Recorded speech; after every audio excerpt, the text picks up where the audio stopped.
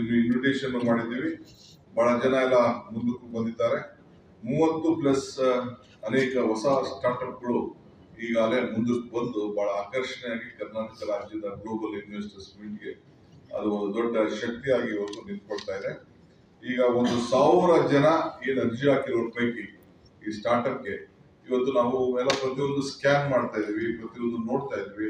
45 ಜನನ ಈಗಾಗಲೇ ನಾವು ಶಾರ್ಟ್ ಲಿಸ್ಟ್ ಮಾಡಿ ಈ ಗ್ಲೋಬಲ್ ಇನ್ವೆಸ್ಟರ್ಸ್ ಮೀಟ್ಗೆ ನಾವು ಲೈವ್ ಸ್ಟ್ರೀಮ್ಗೆ ನಾವು ಅವನ್ನ ತೆಗೆದುಕೊಳ್ತಾ ಇದ್ದೀವಿ. ಹೀಗೆ ಈ ವರ್ಷದ ಒಂದು ಹೊಸ ಗ್ಲೋಬಲ್ ಇನ್ವೆಸ್ಟರ್ಸ್ ಮೀಟ್ಗೆ ಒಂದು ಹೊಸ ಆಕರ್ಷಣೆ ಇದೆ.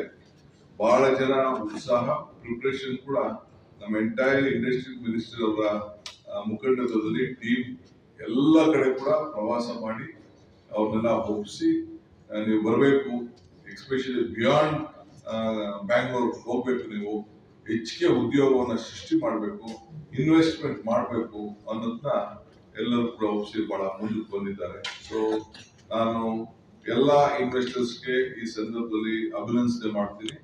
ಅವರೇನು ನಂಬಿಕೆಯನ್ನು ಇಟ್ಕೊಂಡು what ever the confidence they have restored on us, we will keep it up and we will see that they flourish, they create more employment, they create more investment, and it is an important destination in the entire